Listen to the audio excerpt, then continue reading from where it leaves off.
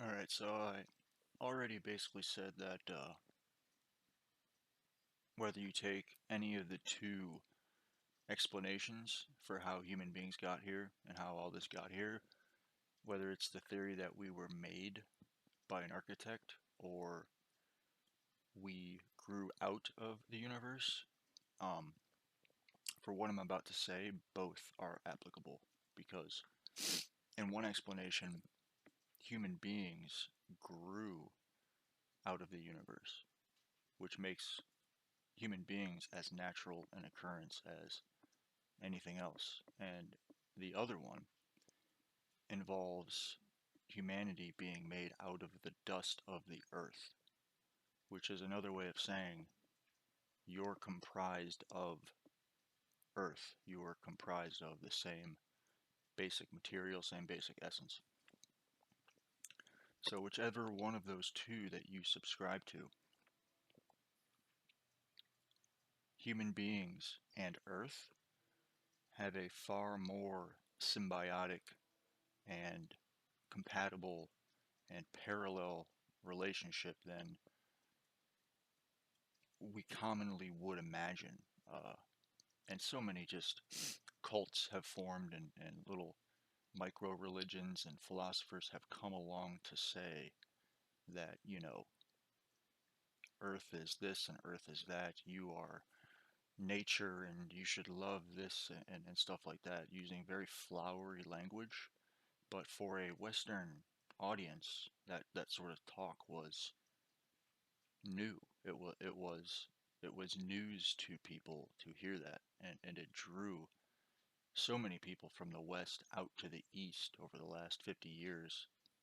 And you know, when you're on one half of any set of opposites, when you're far out there on the spectrum, say you're a human being in the United States, and for 40 years you lived a life thinking that you are separate.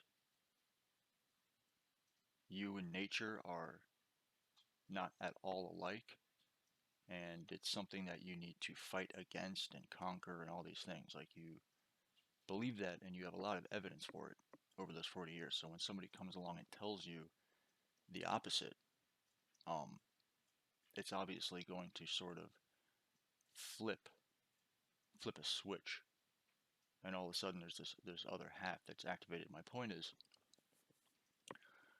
it's more than we imagine. Um, Human beings, uh, it's no coincidence that we're like 70-75% water. So is the planet, and there's nothing that human beings can do that Earth isn't prepared for. There's nothing humans can imagine, can conjure up, that Earth isn't fully prepared for. There's nothing that we can do or say that will surprise Earth. It's not this inferior thing, and we're not this inferior thing, where one is just a threat to the other. That is a completely incorrect way to view humans' relationship to the planet, as a threat. I either question the motives of one who would say that is either misguided or has some alternative motivation.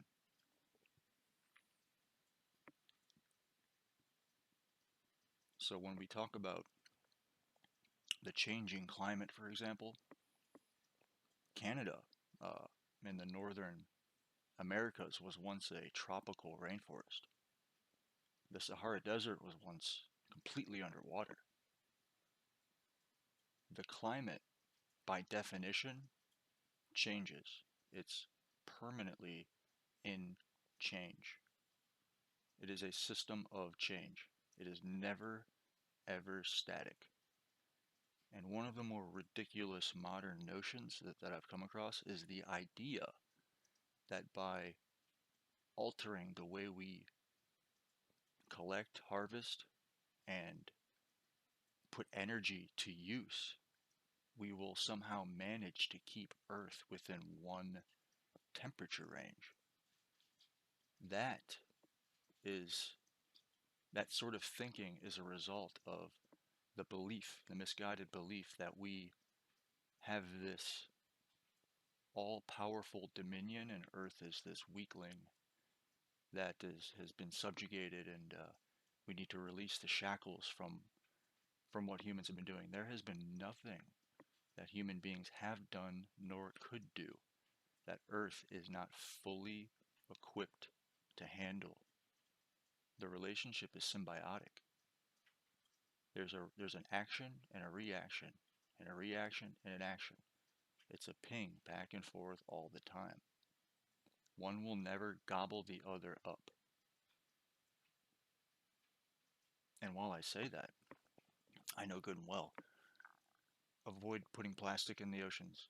If you find something that uh, signals that it's an imminent danger, then we should probably stop doing it. But on the whole, there is nothing human beings can do to turn this, what is normally a balanced relationship, into a massive imbalance. The imagination of humanity, our ability to take the materials on this planet and rearrange them, will never, ever go beyond what Earth is fully capable of and equipped for. And I can't stress this enough, um, because that's one of those thoughts that gained traction, but it seems to have more of a political value than a philosophical or anything else. And I encourage us to find better ways to collect energy and use energy, of course. Keep doing that, but your motivation should not be to hamper the ability of your people to be who they're going to be and do what they're going to do. In the same way that we do not want to pollute ourselves. We don't want to pollute what's around us, obviously. The chemicals that poison us and pollute us exist in us in small doses. It's just the size of the dose. You don't want to chug acetone, but we have acetone in us. Everything that could pollute Earth is already on Earth. It's just being moved, remixed, and used in a different way. Carbon levels have been much higher. The temperature has been 8 degrees higher. This planet's been a ball of ice, a ball of fire. This period that we're in now of plant life, animal life, is a very difficult period to explain. That's when things start to get murky. Even Darwin himself knows he the biggest problem with Darwinian theory, Darwinian evolution, was that you could explain changes within species, small changes within species. Like you can get dogs out of wolves, and you can intermix different bird variants within the same species and subspecies. But there is absolutely no explanation for interspecies evolution. There's no explanation for how an ant and a dog could possibly diverge and when that could have happened. And the timeline that such a thing would require is far longer than we know the age of the Earth to be. The universe is too young for all this biodiversity. Far too young. No matter how many times you mate dog breeds, you will never get a cat, ever. Never. It's not going to happen. No matter how many times humans breed, no matter the diversity of human beings, no matter every race, everything you can think of, you will never get anything but a human being. No matter how many birds you mate, lizards, anything, you will never get another species. And Darwin himself knows, knew, expressed that this was the core issue of his theory, and without it, the theory falls. And for whatever reason, we decided to grab onto it, as if that missing piece was somehow there. But it's not. It's not there. Especially the Cambrian explosion was a very short period of time, where millions and millions of different species arrived on Earth within a very short time. And this is the thing with the Bible. It's not a um, it's not an extensive explanation for what happened. It's a story. It's a rough outline. It was different men who lived in different areas in different times, all writing about the same thing, pulled together into one book. There are a bunch of different books. Men using the language of the day, the wisdom of the day, the knowledge of the day. And I would never expect such a book to explain everything. For example, we don't know what iteration this is in terms of the universe itself. We don't know if there's other life on other planets. It's simply not mentioned. It's not covered. We don't know exactly um, how the different diversity of species was implemented on Earth and when. It's just simply not mentioned. The Bible is specific to humanity. It's almost like a quick rundown that somehow covers most areas of human life. It's surprisingly deep in terms of its psychological applicability, but it's in terms of stories. It's not Freudian dialect or Jungian dialect. It's stories. They're trying to convey a lesson, which is no different than organizing us. And this book came around after a period of time on Earth when it was clear that if humanity didn't have something, we were just going to go off the rails.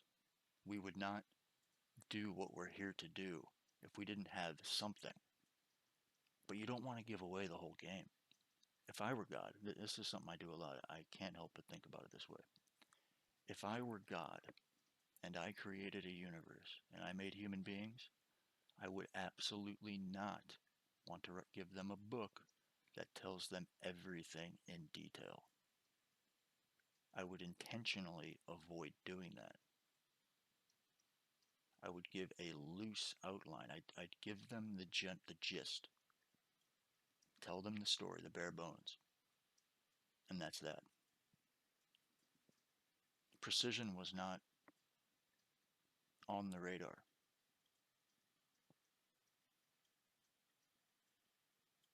And humanity has always struggled among each other. When the different groups of people were in different places all over Earth, we siloed. And when we met other races of different people, we didn't even know if they were human. And we enslaved each other for centuries, all of us. If you look back far enough, every one of us, every single person alive today, likely has ancestors who were either slaves or owned by slaves. And the way I think about it, one of the more miraculous things, this is the tip of the spear today. This is the very bleeding edge of humanity's timeline moving. But in the United States, in this geography, this territory, slavery was installed under the British Crown and became very deeply rooted. And within 80 years of the United States Revolution, 80 years of this country's creation, it was abolished. In relative terms, that's pretty staggering.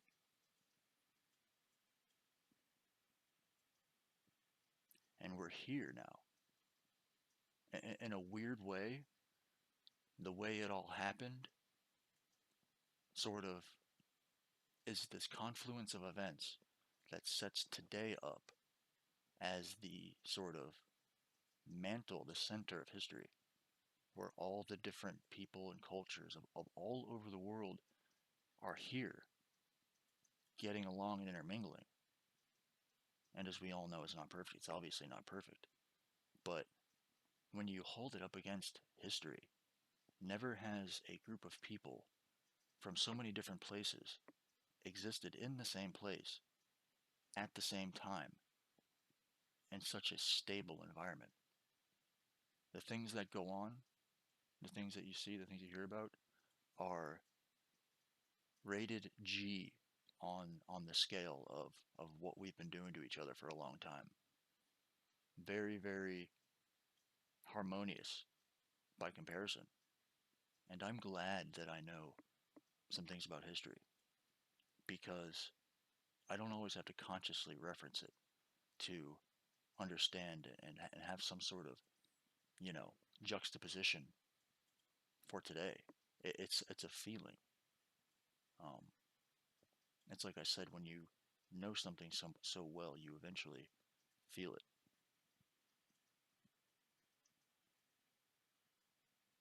And the way the United States did it, and this is about humanity in itself, the United States understood that humanity is has seeds of corruption within us.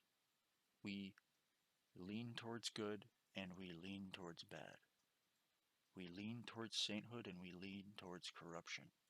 There is something in us that realizes all available routes before us when we're in a position of power. We realize that we could take advantage. And the United States was designed to survive with a certain amount of corruption always in it, always accounted for. It's not so brittle that if there's some corruption around that it just falls apart like other places. The United States can survive because the people who set this show up over here understood that. And it's remarkable. Sometimes I think about what it would be like to run for office, and I always wonder if I won some, position somewhere, if there'd be two guys who show up in black suits and just try to, sort of tell me what the deal is, about how things go. I wonder if there's, because people wonder if there's some sort of cabal running the world. And when I was younger, I used to get all up in conspiracy theories, about 9/11 being an inside job, and the Rockefellers and the Rothschilds and all this stuff. And it's like, after a certain period of time of doing that, I understood why I needed to have this information because, and I see this now in other people, um, because you want to be the person who has the truth. You want to be the person who has the inside information, and you want to be able to tell people about it. You want to be able to tell people that everything they know is wrong, and the truth is actually over here. And I know all about that. You have that, and then on the other side, you have apathy. Because I remember the whole point of learning about all that stuff was to inform you that these things are going on. And you have two options. You can either do something about it or not. If you're not going to, then you're just learning about it as a hobby almost, And you're learning, you're educating yourself that you have overlords that you'll never meet, you'll never see, you'll never know. You're basically enslaving yourself because at the end of the day, you don't know. You may feel you know. You may have a lot of information. You may have connected a lot of dots, but you don't really. And as I came out of my 20s, I realized if I'm not going to do anything with this information, I don't really need it. Now, the idea that humanity has some sort of cabal running the world, and I'm sure there are cabals. I'm sure there are clusters of people, who engineer events. I'm positive that happens because I know if I was in such a position, I would probably be engineering some things too. But I don't think it's as deep as many would like to think. And the human tendency, imagine if you had unlimited money, basically, unlimited resources, what would you do? Would you just sit on it? Would you just do your day to day life? Or would you say, I have so much money that I can actually influence so much? I can buy things, I can start things, I can buy people.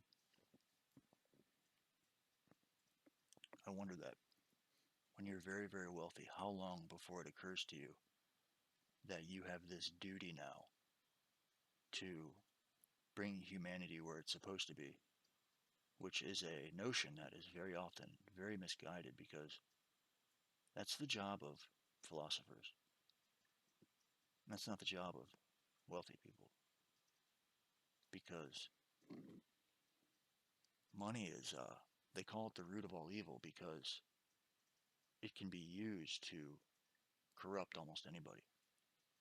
It's the one thing that makes us weak, you know.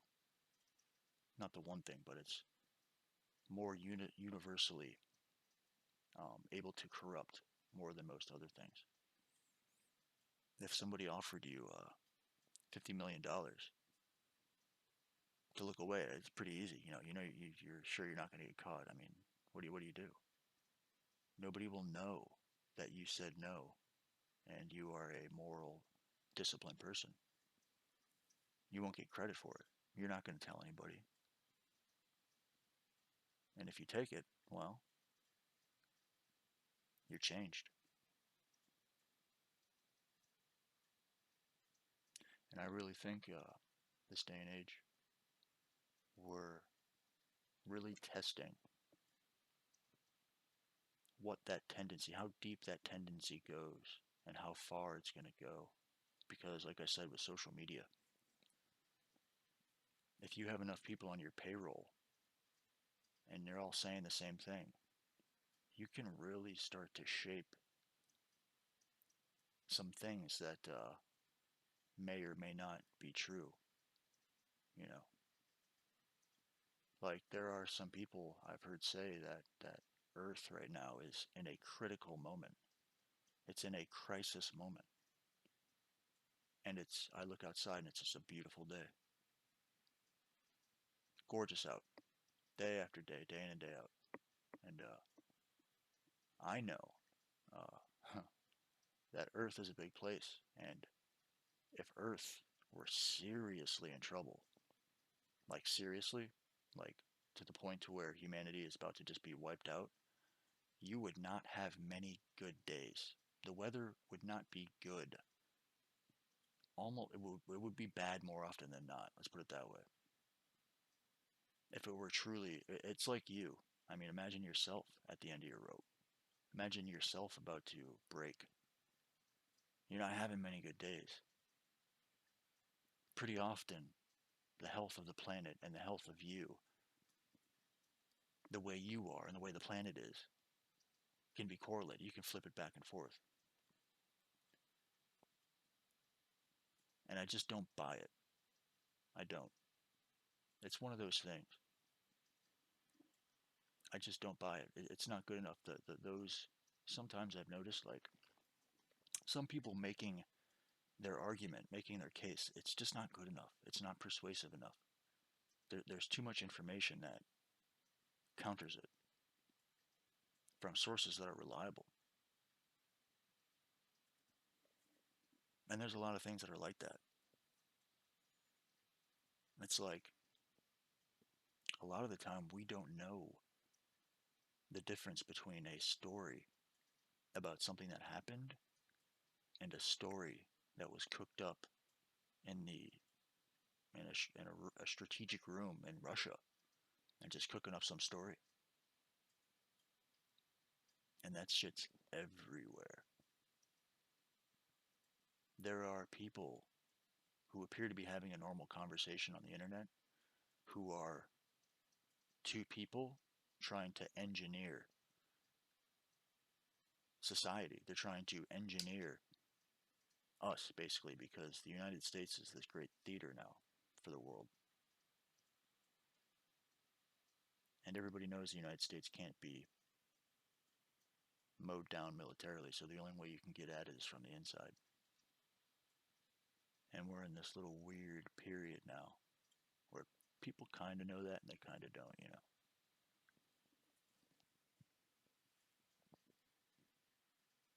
But here's the thing, the corruptibility of yourself, the corruptibility of me. You can feel, there's been times in my life where I made decisions that you could probably consider corrupt. And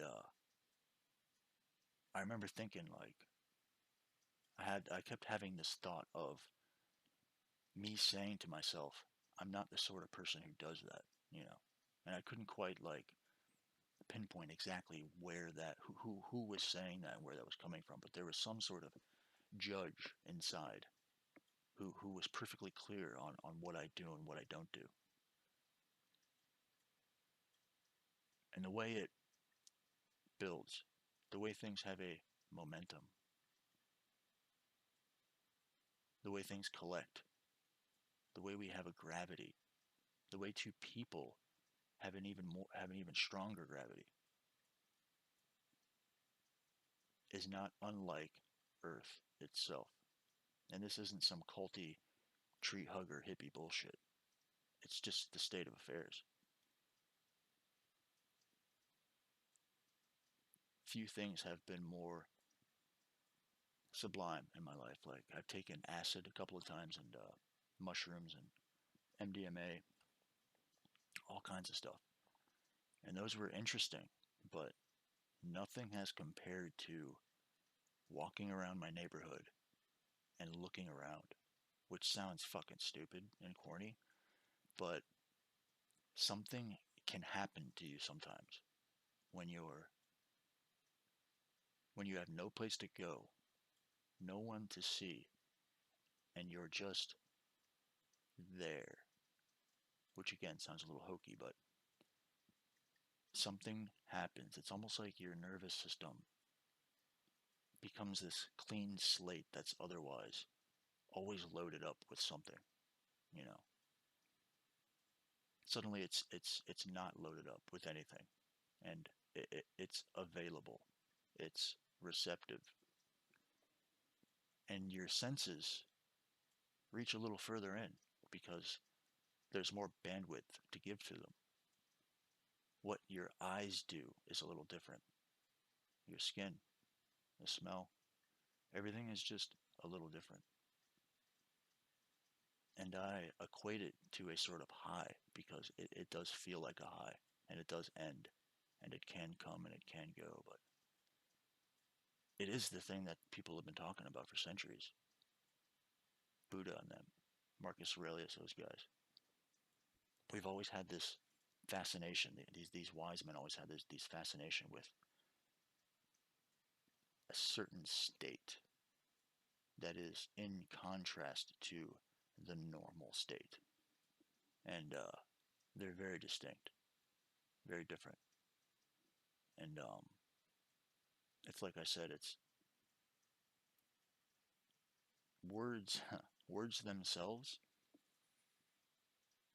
cannot adequately describe it, and I've spent my life describing it, and I will spend the rest of my life describing it because words are symbols trying to describe something that is inherently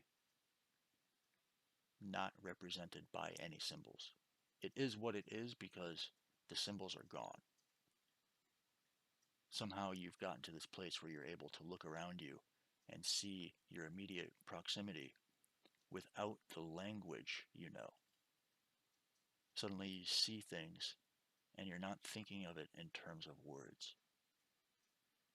It's like pointing at the moon, and instead of staring at the hand, at the finger, you're actually looking at the moon straight up with your eyes. Whereas normally we're looking at the finger, who's a representation of where we should look. Words are like that, they're like the finger. Even though, um, you know, that's like Alan Watts said, it's we can never even get out of the present, whether we like it or not. It's not like we're ever anywhere else. It's a matter of attention. You know, we'll never be anywhere else but in the present. So, and a lot of life is like that. A lot of life really boils down to your attention and what you do with it, where you can take it, where you think it's possible for it to go. Because it's possible to pay attention to some things that you've never paid attention to before. And for good reason, because some things are sort of fallen into the background because they're so common and everyday and automatic. It's not anything worth anything that grabs the attention. So you have to have this weird little trick, this weird little thing that happens to you that somehow expands your attention.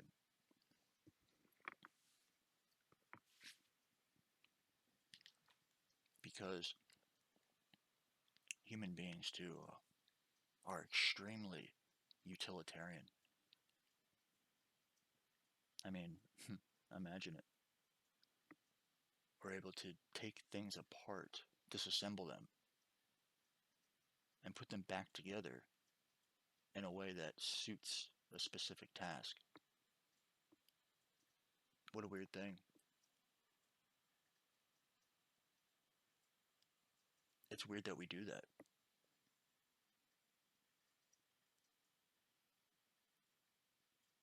And we can feel the synergy.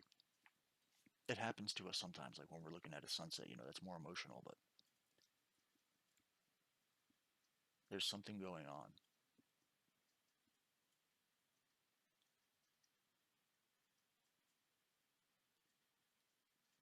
The United States, since it has a system that's designed to keep going and even progressing with corruption in it, um,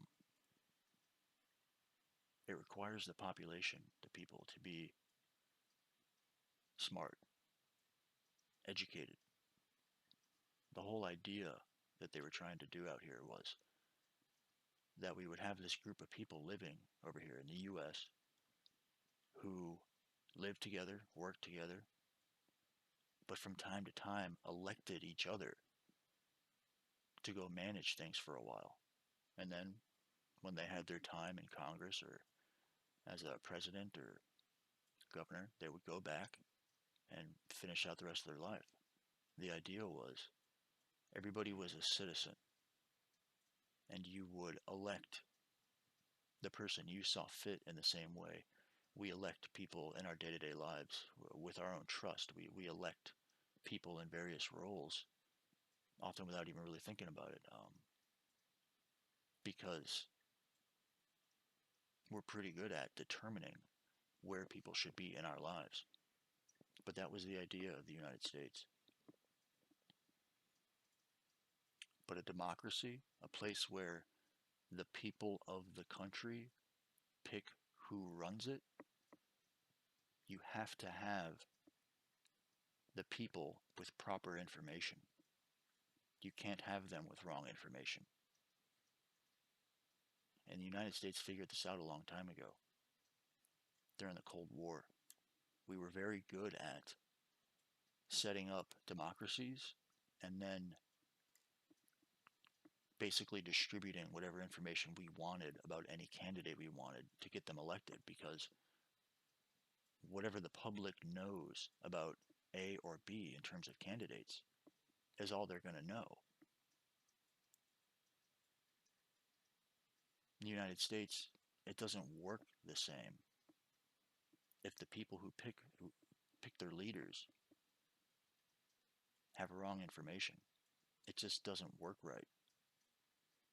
So anybody who is against the United States for whatever reason, is going to have as their chief aim, or one of their chief aims, to make the US population stuck in a situation where the information that we have about our leaders is wrong, at least in, you know, the majority of it. So there was a time, as we all know, where information was passed around through a handful of channels, newspaper, TV, and all that information was heavily filtered um, by these places. So the stuff that actually got on the air and transmitted to all of us was very, very small in number compared to everything that was going on. It was curated. And in that way, you have pretty good control over what the public sees in terms of news. In comes the internet, and suddenly all information is available all the time. And it's it's interesting because more people get exposed, more people get lifted, more people get brought down for their deeds, for their actions, for what they've done. More people are able to get eyes on them for what they're doing now. And it's almost like we're free to put up gates around our intellectual abilities or expand it. We're free to do that. We have that option. You can go watch videos on electrical engineering. You can spend hours and hours doing it. And you can read the comments of electrical engineers saying, I wish I had this while I was in school. I learned more here than I did in 4 years. All over the place.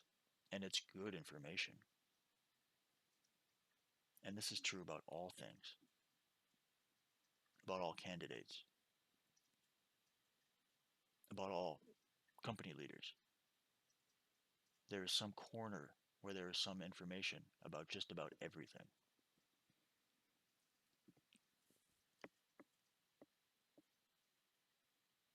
Which is why I think today,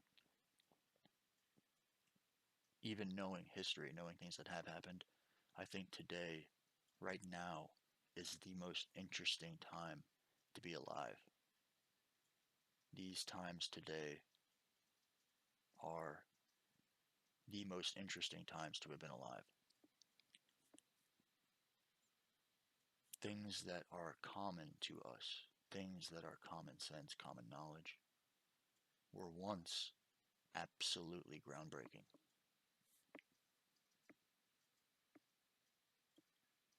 Our zero bar, our neutral, is very, very high. Our standard of just what you would consider average intelligence, average information, is extremely high. Most people know the universe is big. Most people are aware of that much. Most people know their size in relationship to everything else. Not in terms of exact numbers, but generally. And we know about Earth. We know about the galaxy that we're in, the Milky Way. We know our general neighborhood. Somehow. Um, and it's going to keep going. And this is what I wonder. I wonder this. Could you take somebody, let's say from the Roman Empire, pick old anybody off the street, bring them to today? Could you take that person, throw them in a car, give them a couple driving lessons, and would they just be perfectly fine, able to drive a car within no time? Give them an iPhone, within no time they're using the phone. Teach them some things, and within no time they're integrated and they're just fine. They're just like us, except in the past. Is that how it is? Were human beings back then exactly as we are now, except they just didn't know?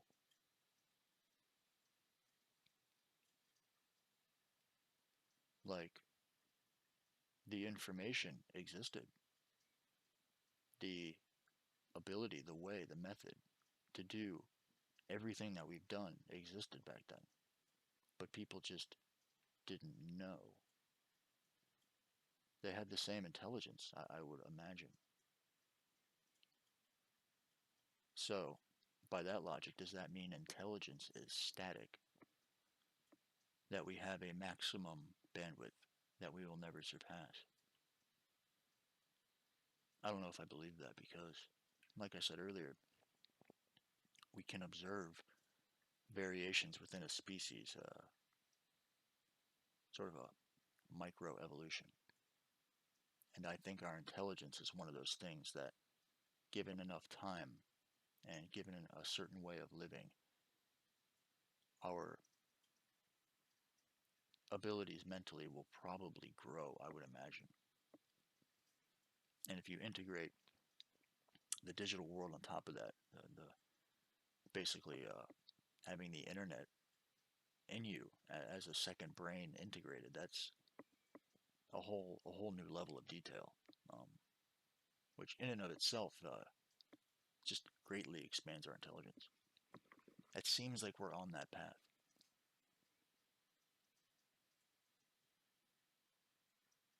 But I wonder that. I wonder that if you could go back and just walk around and meet people and talk to them, are they exactly like us or are they just all buffoons? It's just noticeably, like something's missing, like almost just so obviously, uh, unintelligent. I doubt that that's the case. I really do. And when I hear comparisons to like how advanced hypothetical aliens must be, and by comparison we're so dumb, to those people I always think it's not that we're dumb, it's that we just don't know yet. It's just like those people back then who didn't know that you could make glass out of sand and a few other materials, that you could make concrete with volcanic ash. I think as time goes, once we understand certain concepts, then we understand it. The idea of splitting an atom, that sentence, splitting an atom, makes no sense to somebody 4,000 years ago. Splitting an atom, none of that makes sense. But to us, it's obvious, of course. It's clear. And once we split the atom, once we knew that that was possible, it's like that level was forever just created within us because, it's not just that we learn and understand something like that and keep it. It's that thing that we learned bleeds into everything else we know and changes that too. It brings the whole thing up. And it's like I said, we need evidence. You know, I think sometimes it's easy to mistake or identify with things that we think as hypotheticals, and we confuse our hypotheticals for things that we believe. We confuse things that we're curious about, maybe things that we want to be true, and think of them as things that are true. Because before we split the atom, if somebody said, "Can you do that?" and there was nobody who believed it, there's nobody who saw it, there's nobody who saw a bomb go off, nobody knew about nuclear power yet, there wouldn't be this home for those words. There wouldn't be this place where those words land and resonate. I think there are just so many things yet to come that once we know about them, it'll be just like splitting the atom, as difficult as that was, and how easy it is now. Well, for some of us. It's like if you were to ask me if the universe produces iPhones, I would say yes, of course, because the universe and us are one and the same. We grew out of the universe, we are the universe, and we make iPhones. If we make iPhones, then the universe makes iPhones.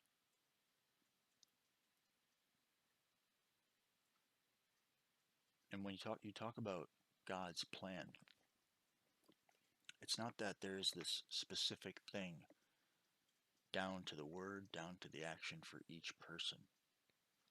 There are times where that's true, but it's not everyone all the time. God's plan isn't a specific course for you to chart. It is the scheme of human life in general. God's plan is that we eat other creatures of the earth. We draw sustenance from them, plants and animals, and we excrete the waste. The plan is that we drink water to hydrate ourselves. It's that we find materials throughout the planet that we can rearrange and build cities and civilizations and continue to learn more. That's the plan. How you get there is completely open. The plan is the entire scheme. And it's like I said, we are a fractal of God's mind, of the one who did all this. But we have the same sort of mind, the same sort of interpretive lens. And God knows that, perfectly aware. And you know what I think? Since God lacks mortality, that's his one thing that he does not have. I think sometimes God plugs into a human life right behind their eyes and lives through them vicariously in a way that allows him to forget that he's God, just like we do. So that for once he may be mortal and he may be able to feel things that he cannot otherwise feel, so that he can continue to live through an entity who thinks like him, feels like him, goes through the world like him, but is a much smaller scale of him. And he gets to be on this ride, totally forgetting he's God, until he, for whatever reason or through whatever method, leaves the person and says, wow, what a ride. I completely forgot that I was God. I was living a human life. I mean, on a long enough timeline, think about it. On a long enough timeline, what do you do? This is the Alan Watts story. You're God. What do you do? The first thing you do, the first thing I do is I make a universe and people where I always win. I'm still God. I have full control over everything. I am the champion. I'm the best. I always get the girl. I always win the joust. I win the game. And when I lay my head in bed at night, I know that I'm God and all is well. But on a long enough timeline, that gets old. Imagine 70 years of that. You know, 100, 1,000, 100 million years of that. You're going to change the game at some point. So what do? You add a little risk. You turn the dial back a little. Maybe you'll lose the joust. Suddenly this opponent comes up and he's really good. And you might lose. Maybe now for the first time you feel that thing called fear. Your chest pulses and you're like, wow, what is that? I've literally just learned about a completely new feeling by turning down my godliness, my godhood, by being more what we call human. So you do that for a while too. But when you lay your head in bed at night, you still know you're God. So you know you're good. More time goes by. More universes. More lives. More everything. Anything. then one day you said to yourself, all right, there's only one thing left to do, and that is to totally forget. And you'll find God, if you were God in that situation, you would find yourself one day living a regular human life just like we all do every day. You would find yourself in this exact circumstance that we're in right now. If you made a universe and you had an infinite timeline, you would eventually be right here. This is it. This is the point that you get to when you've been alive forever. You make something like this, like us, so that you may actually feel these things that you're capable of feeling, but in a much stronger, much more intense and real way. You can love.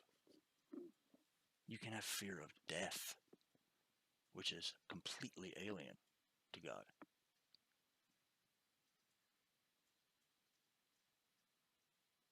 Now think about that timeline. On a long enough timeline, God becomes you. And your ride, is the most intense, interesting, and far out thing that God can possibly conceive. Because it's mortal and it means something.